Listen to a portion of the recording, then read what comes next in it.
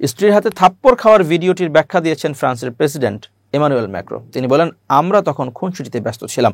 এ সময় হঠাৎ সে আমার গালে সজোরে ধাক্কা দেয়, আর ওই ভিডিওটি কেউ একজন ধারণ করে ছড়িয়ে দেয়। এখন নানাজন নানাভাবে ব্যাখ্যা করে তার গতি পাল্টে দিয়েছেন। সোমবার হ্যানয়ে সাংবাদিকদের সাথে কথা বলার সময় এই ব্যাখ্যা প্রদান করেন ম্যাক্রো। অবশ্য তিনি স্বীকার করেন যে ছড়িয়ে পড়া ভিডিওটি আসলেই ছিল। ভিডিওটিতে দেখা গেছে ম্যাক্রো ভিয়েতনামে দক্ষিণ পূর্ব এশিয়া সফরের প্রথম পর্যায়ে বিমান থেকে নামছিলেন। এ সময় ব্রিজিট ম্যাক্রোর উভয় হাত পাশ থেকে নিজেকে ছাড়িয়ে ম্যাক্রোর গালে হাত দিয়ে সজোরে ধাক্কা দেন। আকস্মিক ধাক্কায় বেসামাল হয়ে পড়েন ম্যাক্রো, তবে পরক্ষণে নিজেকে সামলে নেন তিনি। এরপর ভক্তদের উদ্দেশ্যে হাত নাড়িয়ে অভিবাদন জানান। নামার সময়ও ঘটে আরেকটি মজার ঘটনা। ম্যাক্রোর স্ত্রী হাত ধরতে গেলেও সুযোগ দেননি ব্রিজিট। তিনি রেলিং ধরে নিচে নেমে আসেন। ফরাসি প্রেসিডেন্টের একটি ঘনিষ্ঠ সূত্র CNN এর সহযোগী BFM টিভিকে জানিয়েছে, প্রেসিডেন্ট দম্পতি কিছুক্ষণ আগে ঝগড়া করছিলেন।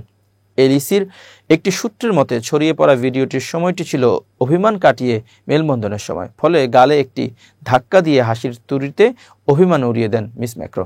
আর ওই মুহূর্তটি ধরা পড়ে সাংবাদিকের ক্যামেরায়। সূত্রটি বলছে, রাশিয়াপন্থী ট্রলবাজরা এই মুহূর্তটিকে বিতর্কে পরিণত করার জন্য দ্রুত ছড়িয়ে দিয়েছিল।